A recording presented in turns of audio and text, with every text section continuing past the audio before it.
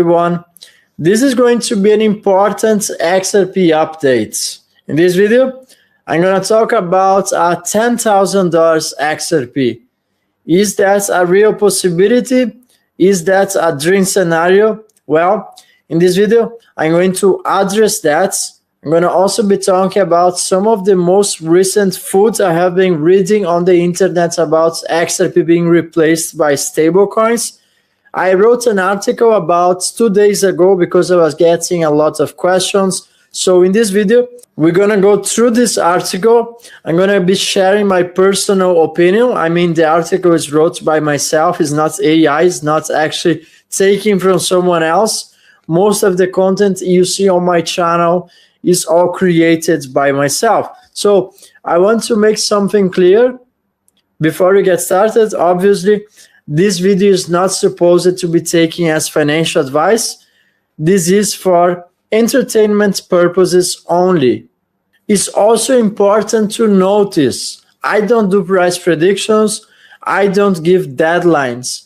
If you know my content, my channel, and my strategy, I like to keep my feet to the ground with my eyes on the future. And when I think about XRP's future, I think little about price, but I think about intrinsic value. I think about network expanding across multiple ledgers. I think about interoperability. And finally, I think about generating yields out of my XRP. And I also think about purchasing power. What will one XRP buy me in the future? If a recession is around the corner and money keeps getting debased on a monthly basis, what I really care is about purchasing power. Allow me to explain with one practical scenario. Does it really matter if XRP goes to $1,000 in the future, but a cup of coffee is going to be costing you $50 or $100? And although that sounds crazy, but if the US dollar loses its status as the world's reserve currency, the demand for US dollars internationally is going to decrease exponentially, and we can have scenarios with hyperinflation. Well, I'm not saying that's going to happen. I'm just opening up for possibilities. So in this video, we're going to explore how XRP could potentially reach $1,000 or $10,000 or actually higher valuations. And I just want to make this clear. If you follow my content, you know I have been keeping it very realistic. In fact, when XRP was above $3, I was predicting a possible correction, a crash scenario. I was one of the few crypto analysts that was saying that this bull run was artificial. There was little liquidity in the crypto markets compared to the previous cycles. And of course, a market's meltdown was very predictable. In fact, I ended up losing my platforms when I tried to warn people about the correction. So I want you to understand, this video is not about hype. I am keeping this real. And everything I'm about to present you is my own thoughts. And before we get started, I want to tell you something. I don't use any teleprompter. I don't use AI for my scripts. And English is not my mother language. And since I was a child, my greatest skill has always been about writing. I can organize ideas in a better way when I write my thoughts. Initially, I was not a YouTuber. For the ones that follow me for some time, you know that I started on Twitter and then eventually I started doing videos. But honestly, I was always great at writing. So right now with this new platform, since I lost my Twitter account with nearly 200,000 followers, I am happy that I am able to write my thoughts on Substack without censorship, and then I am able to transform those thoughts on videos. So at some point, I might not be looking to the camera simply because I'm going to be reading from my own article. This is not a script. This is not a teleprompter. It's just my own thoughts. So my article is titled, The Liquidity Shock Theory, The Road to a $10,000 XRP. And honestly, when I say $10,000, I'm not really meaning 10,000 specifically. As I said before, I am talking about purchasing power. Because in the future, what I'm really interested about is the fact that one XRP might have the same purchasing power as $10,000 can buy you today. It doesn't necessarily have to be 10,000, and I'm not telling you it's going to happen in 2026 or in 2027. As a matter of fact, I'm not giving you a deadline.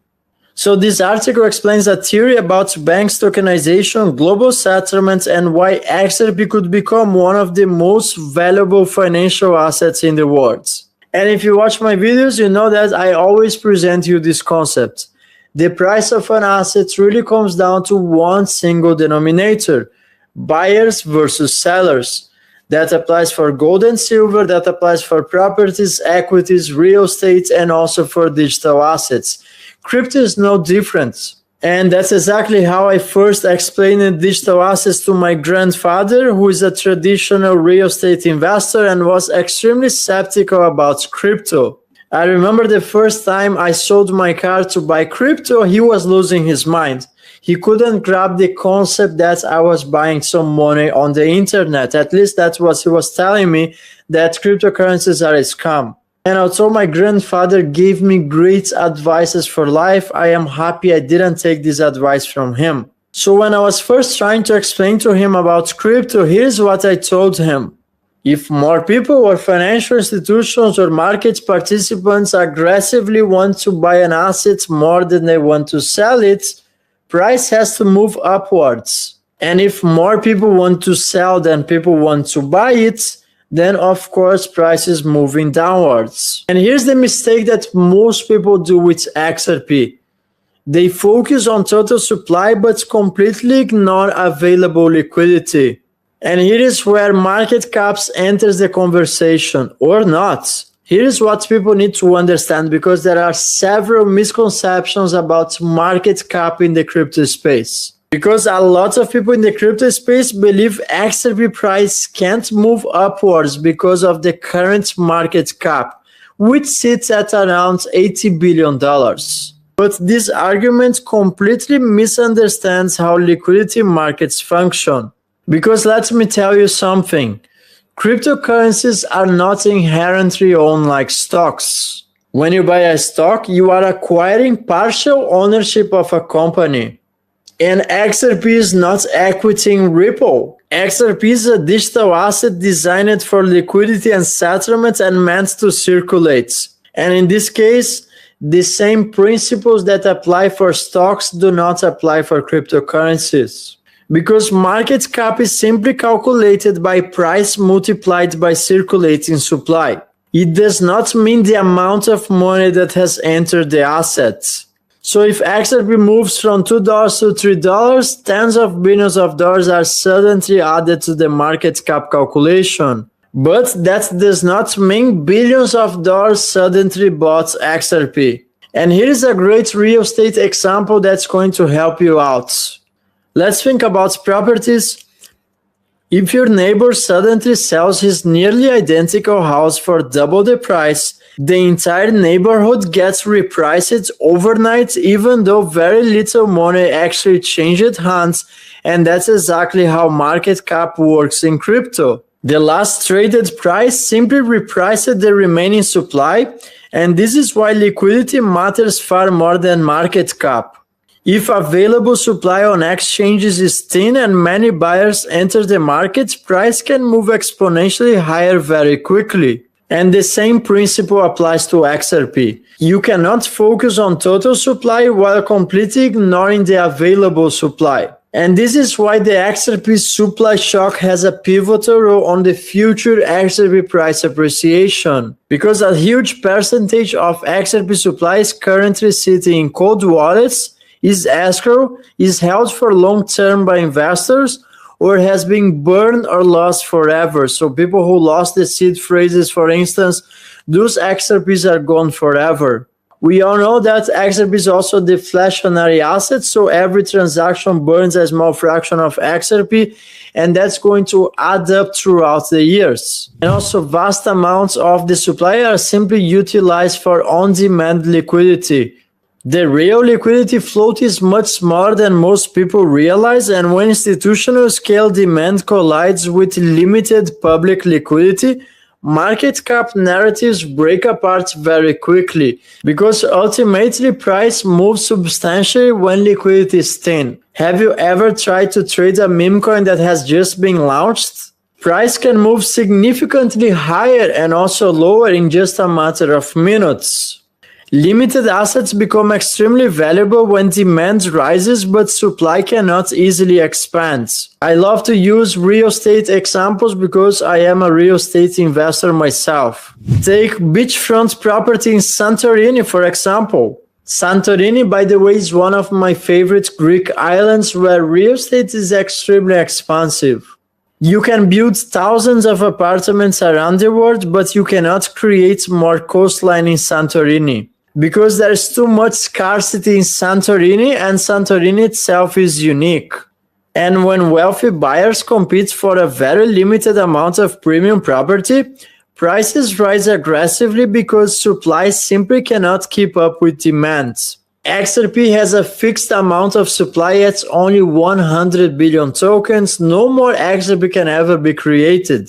As I mentioned before, XRP is also a deflationary asset. Every transaction on the XRP ledger burns a tiny amount of XRP as a network fee. The current base fee is typically 10 drops of XRP, which is basically 0.0001 XRP per transaction, permanently removing it from circulation forever. By the way, nothing prevents validators in the future to come out with a new amendment and increase the amount of XRP burned by transaction. All it takes is an 80% consensus. So this creates a long-term deflationary mechanism where network activity continuously reduces supply over time. And here is where the effect becomes interesting. So the more network activity, the more deflationary the effect is going to be over the network. In other words, more network activity, less XRP in circulation. If stablecoins, CBDCs, tokenized commodities, stocks, bonds, or real-world assets eventually operate on infrastructure connected to the XRP ledger network, every interaction with the network requires XRP as the underlying gas token. The more tokenization and digital payment infrastructure expands globally, the more XRP gets utilized, consumed, and burned behind the scenes as the underlying settlement flow on the network. This creates a compounding network effect where growing financial activity continuously increases utility and at the same time reduces available supply. XRP remains undervalued today because the entire crypto market is still trapped inside speculative retail liquidity cycles tied to BTC, while the real driver of price has always been available circulating supply. And once institutional scale demand collides with thin public liquidity, this is where the real reprice takes place. Here is where it emerges the potential role of XRP as a global reserve currency. This is, by the way, an official screenshot from Ripple websites. We remain more committed than ever to the simple goal of making XRP the world's reserve currency. So here I give a very detailed explanation on how XRP effectively becomes a world's reserve asset. You can read that on the article. You're going to find the link in the description of this video. So ultimately, it comes down to XRP replacing Nostro accounts. For decades, the traditional banking system has required banks around the world to hold massive amounts of pre-funded capital sitting idle inside foreign bank accounts. For decades, the traditional banking system has required banks around the world to hold massive amounts of pre-funded capital sitting idle, trillions of dollars that are basically stuck in those Nostro accounts. So banks have to hold foreign bank accounts just to facilitate international payments. And to this day, XRP remains the only asset capable of unlocking that liquidity. Because for over 14 years, Ripple has been building the liquidity corridors that enable XRP's adoption to scale and eventually become a world reserve asset. This is basically how XRP operates. You can see that XRP works as a neutral bridge asset between multiple pairs. If a bank in America wants to send money to Asia efficiently, it traditionally needs to hold Japanese yen, let's say if they are sending money to Japan, in a foreign account beforehand. Now, this is the aha moment you are looking for. This is how you're going to understand why XRP is meant to scale and why XRP price can't be trading at discounted prices. I create this theory. This is how I envision things to play out in the future. And my apologies, I'm losing my voice. I have been traveling to the Greek islands, and honestly, when I got on the boat, I was having the air conditioner very cold. That was a tremendous mistake. After taking hours of sun, I spent hours on the boat and I had the AC on, so that was a mistake.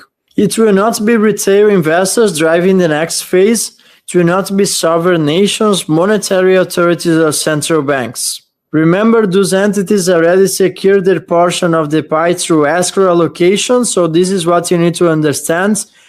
None of these institutions are going to be buying XRP from the open markets. I explained that in details in this article. I'm not allowed to say certain things about the escrow on YouTube for obvious reasons. So make sure you read that part of the article by yourself. I'm going to drop the link in the description of this video. And here's the answer that everyone is expecting.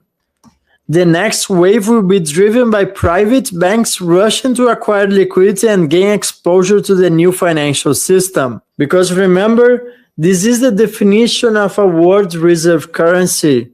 It must be held in significant amounts by central banks and financial institutions. But we are not talking about private banks.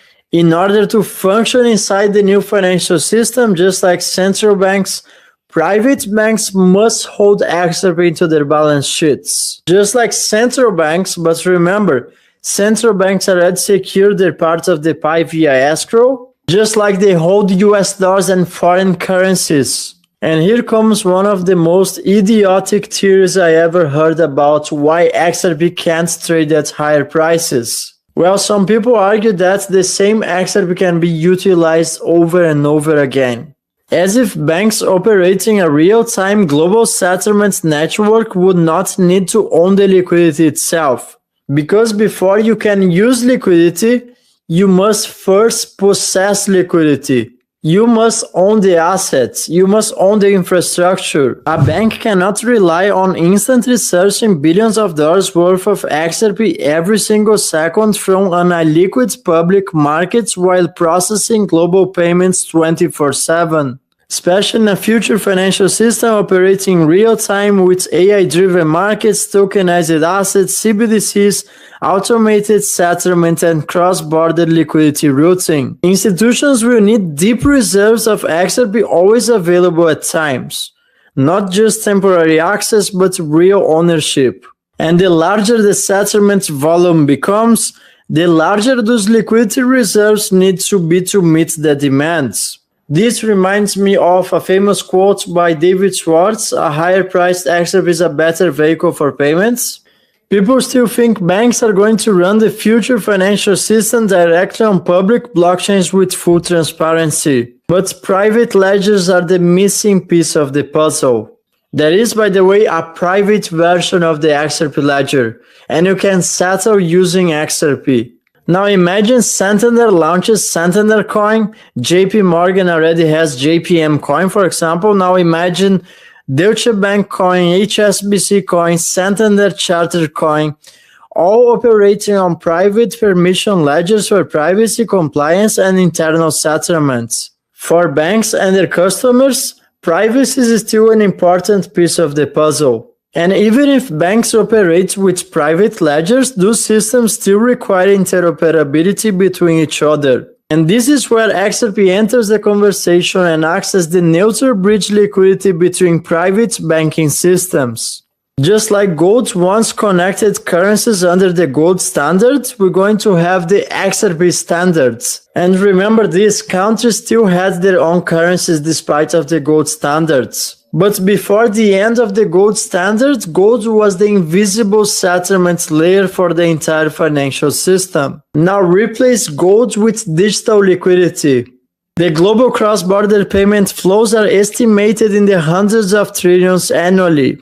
The derivatives market, last time I checked, was estimated in 1.2 quadrillion every year. Real estate, stocks, bonds, commodities, and CBDCs are all moving towards tokenization. Now imagine even a small percentage of that value requiring XRP liquidity reserves in the background.